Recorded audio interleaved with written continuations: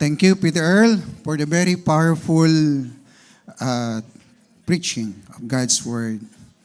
Now let us be excited to our tithes and offering. Are you blessed? Now, praise God. So now the question is why we give it back to God. Why we give back to God.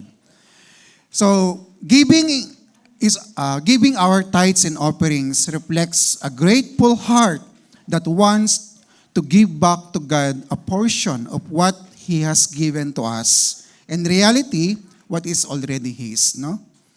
So this is our opportunity to show God that He is the first in priorities in our lives. The Bible says the purpose of tithing is to teach us always to put God's first in our lives in Deuteronomy chapter 14 verse 23. So tithing is a reminder that God is the supplier of everything we have in our life. It is also God's personal invitation to an outpouring of His blessing in our life. So there are four reasons to give back to God. So first, giving is a reflection of the heart. Second, giving is a reflection of our priorities. Third, giving is a privilege. Giving is a blessing.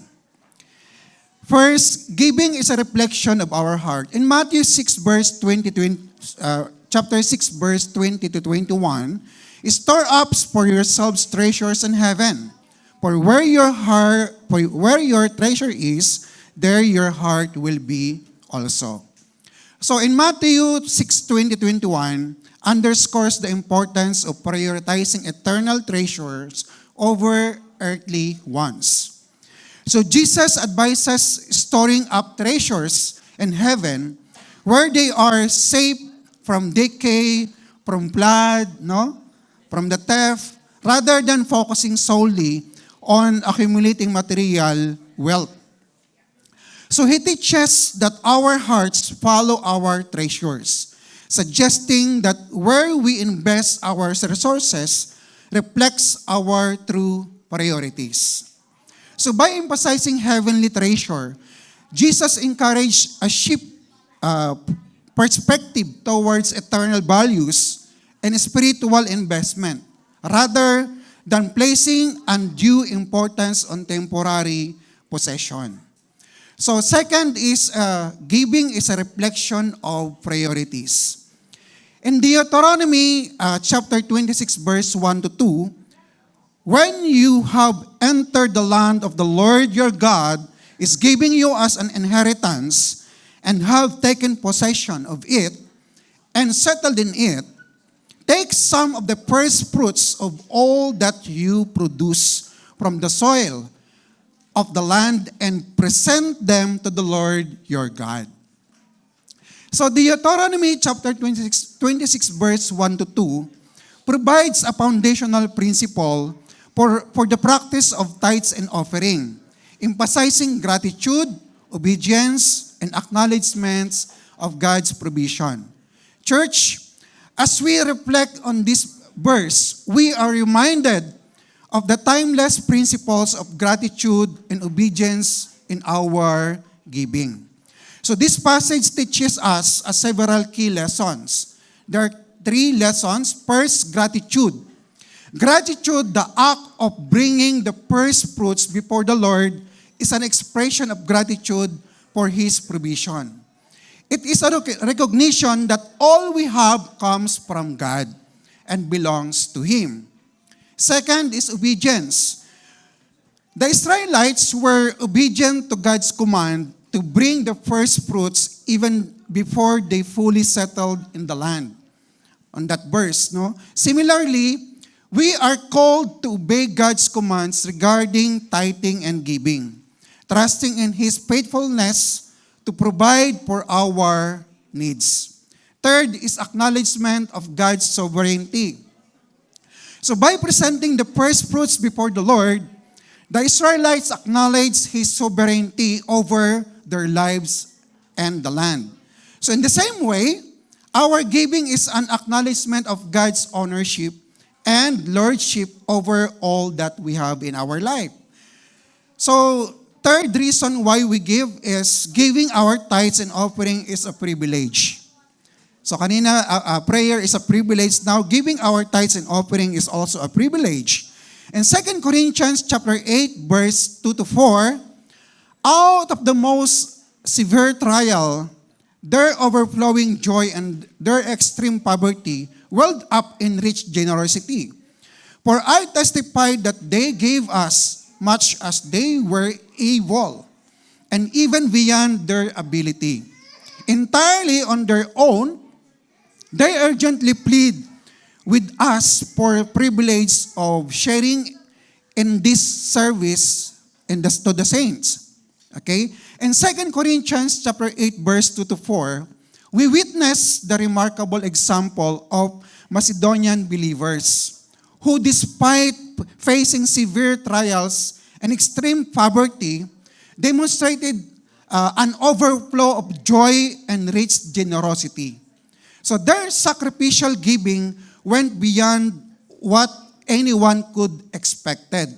So they give not only according on their means, but even beyond their ability. So their eagerness to participate in the service of the saints was a testament to their deep commitment to the cause of Christ. So what's truly inspiring in their generosity was entirely voluntary. So they urgently plead with the privilege of sharing in this service, highlighting their genuine desire to contribute to the well-being of others. So in this passage, we see the transformative power of faith in action. So despite their own hardship, the Macedonian believers prioritized the needs of others above their own. Praise God. So their example challenged us to examine our own hearts and consider how we can be more generous in our giving. So fourth reason why we give back to God, giving our tithes and offering is a blessing. So in Malachi 3:10, God extends a powerful invitation to His people, including us.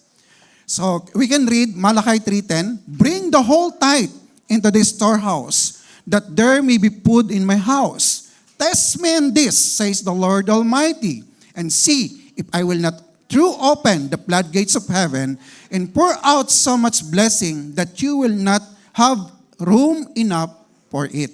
Praise the Lord. So this verse is a testament to the abundant blessing that come from faithful giving. So God doesn't just promise a blessing, He challenged us to test Him in this area. So when we give our tithes and offering obediently and cheerfully, we position ourselves to receive His overflowing blessing in return. So giving is not just a duty. Giving is a privilege and a pathway to experiencing God's abundant provisions and favor in our lives. So as we trust in His promises and step out in faith, we open ourselves up to a realm of blessing beyond measure. So let us approach giving with joyful hearts, knowing that every contribution we make to work of God's kingdom is an investment of eternity.